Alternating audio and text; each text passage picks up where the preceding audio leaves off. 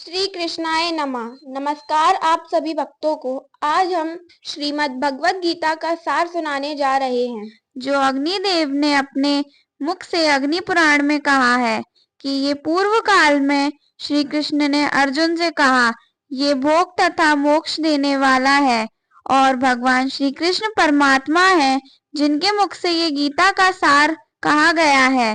ये समस्त दुखों का नाश करने वाला है, मनुष्य को सही रास्ता दिखाने वाला है। गीता का ये सार भटके हुए को भी राह पे लाने वाला है। एकमात्र वे ही जीव की गति है। संसार सागर से पार उबारने के लिए ये गीता नौका के समान है।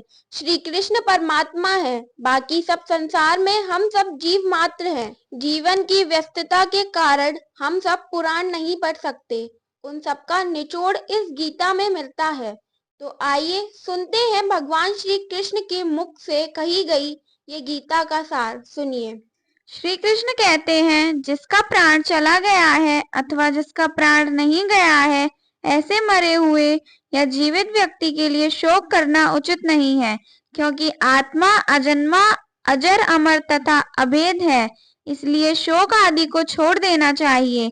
विषयों का चिंतन करने वाले पुरुषों की उनमें आसक्ति हो जाती है।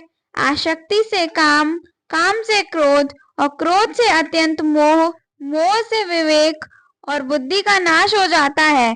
बुद्धि के नाश से व्यक्ति का सर्वनाश हो जाता है। सत्पुरुषों का संग करने से बुरे संग छूट जाते हैं, आसक्तियां दूर हो जाती हैं।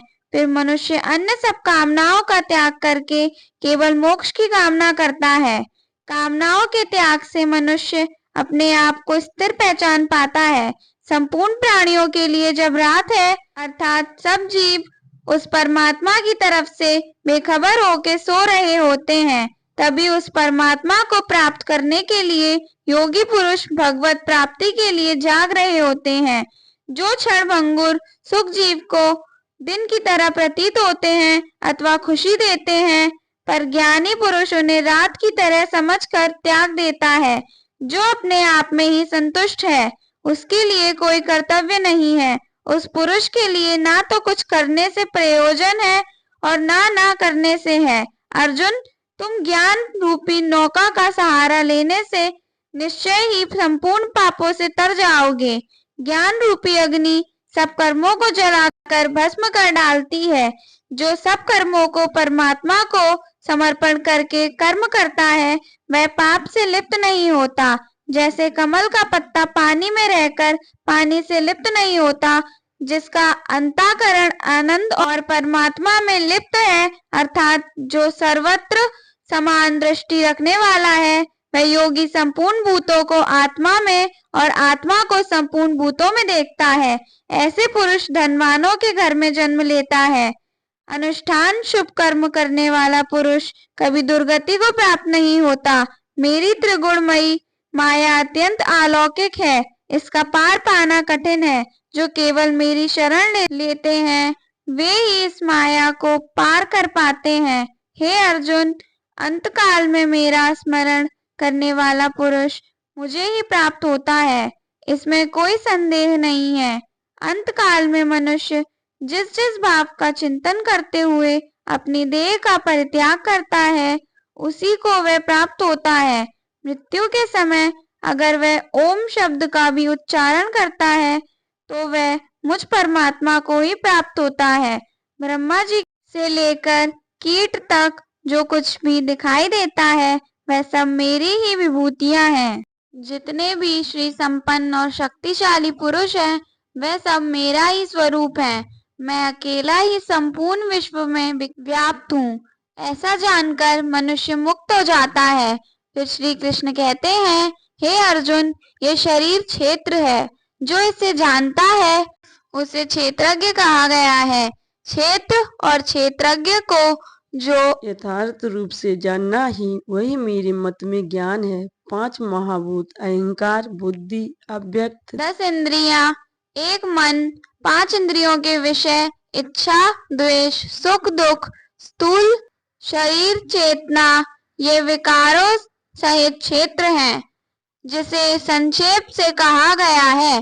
हे अर्जुन, अज्ञानी पुरुषों के लक्षण सुनो। अभिमान, शून्यता, दंभ का अभाव, अहिंसा, क्षमा, सरलता, गुरु सेवा, बाहर भीतर की शुद्धि, अंतःकरण की स्थिरता, मन, इंद्रिय एवं शरीर का निग्रह, विषय भोगों में आसक्ति का अभाव, अहंकार का न होना, जन्म, मृत्यु, जरा तथा रोग आदि में दुख रूप दोष का बारंबार विचार करना, पुत्र, स्त्री, ग्रह आदि में आसक्ति और ममता का अभाव, प्रिय और अप्रिय की प्राप्ति में सदा ही समान चित्त रहना, हर्ष और शोक के वशीभूत न होना, मुझ परमेश्वर में अनन्य भाव से अविचल भक्ति का होना, पवित्र तथा एकांत स्थान में रहने का स्वभाव, विषयी मनुष्य के समुदाय में प्रेम का अभाव अर्थात विषयी मनुष्यों से दूर रहना, अध्यात्म ज्ञान में स्थित तत्व ज्ञान स्वरूप परमेश्वर का निरंतर दर्शन, यह सब ज्ञान कहा गया है। और जो इसके विपरीत है वह अज्ञान है। हे अर्जुन, अब जो जानने के योग्य है उसका वर्णन करूंगा, जिसको जानकर मनुष्य अमृत स्वरूप परमात्मा को प्राप्त होता है। ध्येय तत्व अनादि है, पर ब्रह्म के नाम से प्रसिद्ध है। उसे न सत कहा जा सकता है और न असत कहा जा सकता है।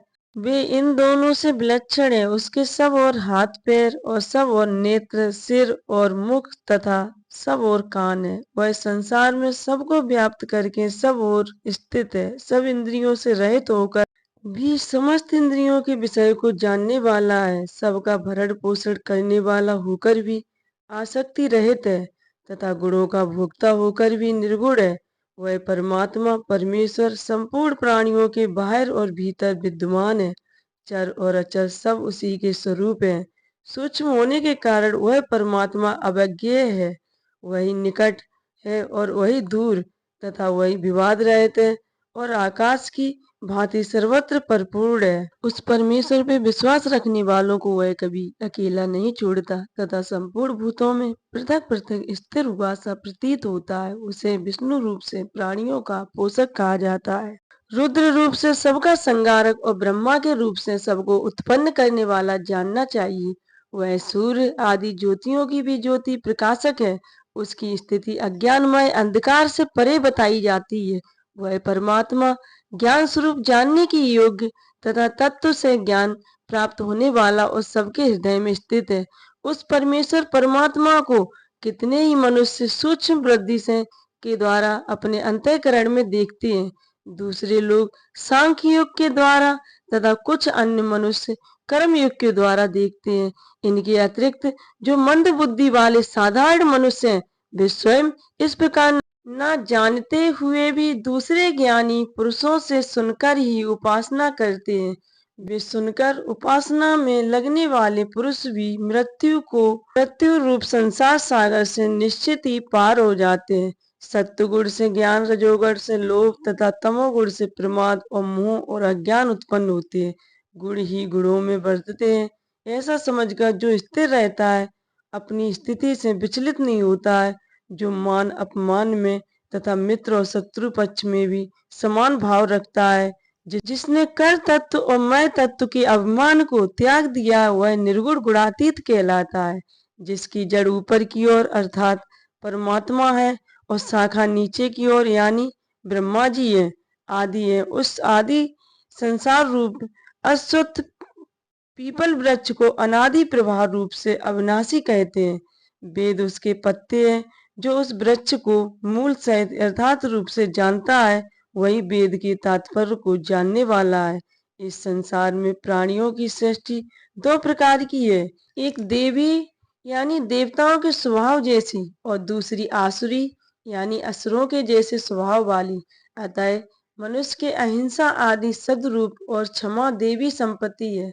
आसुरी संपत्ति से जिसकी उत्पत्ति हुई है, उसमें न सोच होता है, न ही सदाचार, क्रोध, लोभ और काम ये नरक देने वाले हैं। अतः इन तीनों को त्याग देना चाहिए।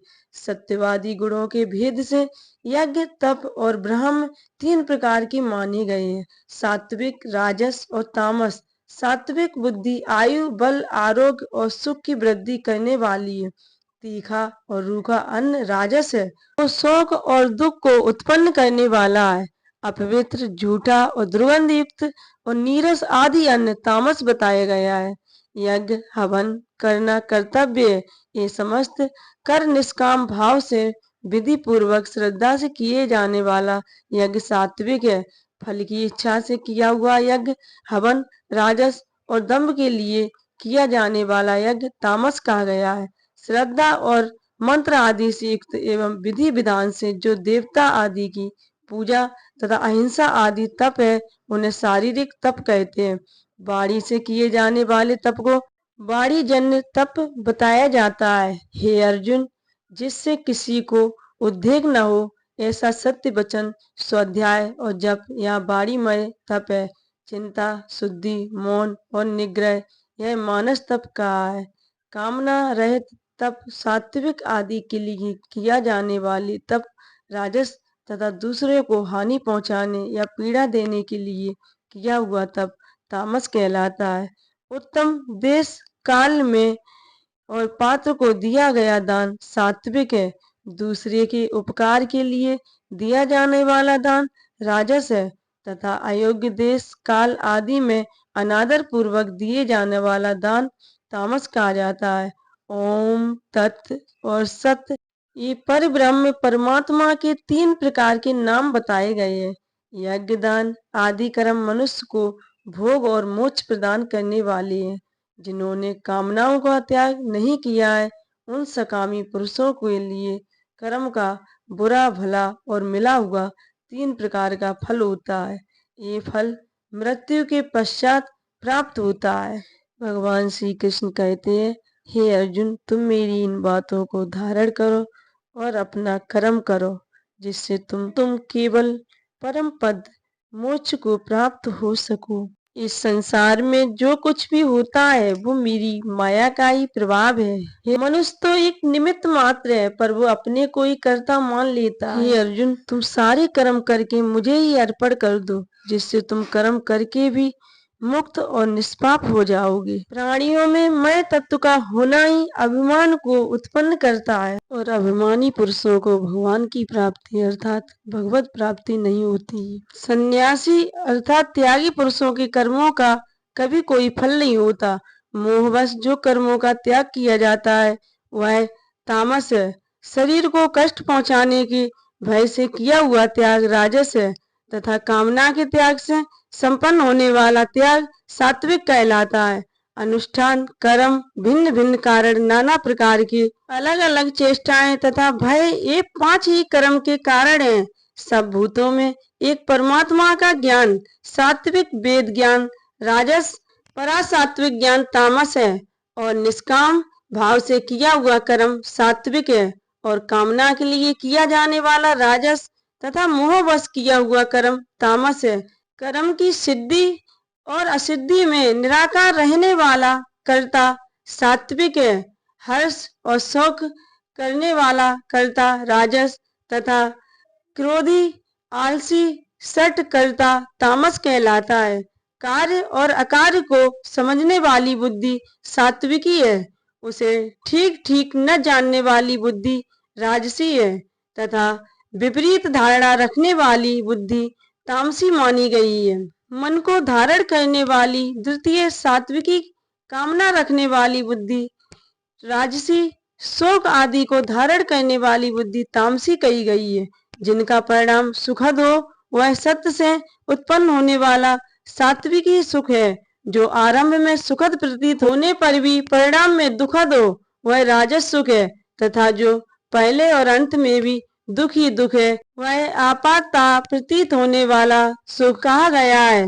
जिससे भूतों की उत्पत्ति हुई है और जिससे ये संपूर्ण जगत व्याप्त है, उस विष्णु को अपनी अपनी स्वाभाविक कर्म द्वारा पूज कर मनुष्य परम सिद्धि को प्राप्त कर लेता है। जो सब अवस्थाओं में और सर्वदा मन वाणी एवं कर्म के द्वारा ब्रह्मा से लेकर तुच्छ कीट पर्यंत और संपूर्ण जगत को जो भगवान विष्णु का स्वरूप समझता है वह भगवान से भक्ति रखने वाला भागवत पुरुष भगवान के परम पद को प्राप्त होता है। इसलिए हे अर्जुन, तुम कृष्ण के रूप में मेरा सदैव चिंतन करो और साथ ही अपने युद्ध कर्म करते रहो। अपने कर्मों को मुझे अर्पित करके तथा अपने मन एवं बुद्धि को मुझ पर स्थित करके तुम मुझे निश्चित रूप से प्राप्त कर सकोगे। जो व्यक्ति पथ पर विचलित हुए बिना अपने मन को निरंतर मेरा स्मरण करने में व्यस्त रखता है और भगवान के रूप में मेरा ध्यान करता है, वह मुझको अवश्य प्राप्त होता है। फिर अर्जुन से भगवान श्री कृष्ण कहते हैं कि सब धर्मों को त्याग कर एकमात्र मेरी शरण में आओ, मैं तुम्हें समस्त पापों से मुक्त कर दूंगा, तुम डरो मत। इस प्रकार अपनी शरण में आए भक्त का पूरा उत्तरदायित्व भगवान अपने ऊपर ले लेते हैं। भगवान श्री कृष्ण अर्जुन से कहते हैं कि यह भगवत गीता सर्वप्रथम सूर्यदेव को बताई गई। सूर्यदेव ने इसे मनु को बताया और मनु ने इक्ष्वाकु को बताया। वे अर्जुन से कहते हैं वही परम रहस्य अब मैंने तुम्हें प्रदान किया है। भगवत गीता भगवान के मुख से निकली है, अतः किसी अन्य वैदिक साहित्य को पढ़ने की आवश्यकता नहीं रहती। उसे केवल भगवत गीता का ही ध्यान पूर्वक मनोयोग से श्रवण तथा पठन करना चाहिए। मनुष्य जल में स्नान करके नित्य अपने को स्वच्छ कर सकता है, लेकिन यदि कोई भगवत गीता रूपी पवित्र गंगा जल में एक बार भी स्नान कर ले तो वह सदा सदा के लिए भव सागर से मुक्त हो जाता है। यदि कोई भगवत गीता को निष्ठा तथा गंभीरता के साथ पढ़ता है तो भगवान की कृपा से उसके सारे पूर्व दुष्कर्मों के फलों का उस पर कोई प्रभाव नहीं पड़ता है। इसका नित्य प्रतिदिन पाठ करने से भगवान श्री कृष्ण की कृपा प्राप्त होती है। जैसे अर्जुन को ज्ञान प्राप्त हो गया था और उसने सारे कर्म अपने भगवान को ही समर्पित कर दिए थे, इसी तरह इस भगवत गीता का पाठ हर मनुष्य को करना चाहिए। नित्य प्रतिदिन पाठ करने से भगवान श्री कृष्ण की कृपा प्राप्त होती है। बोलिए जय श्री कृष्ण, जय श्री हरि, राधे राधे।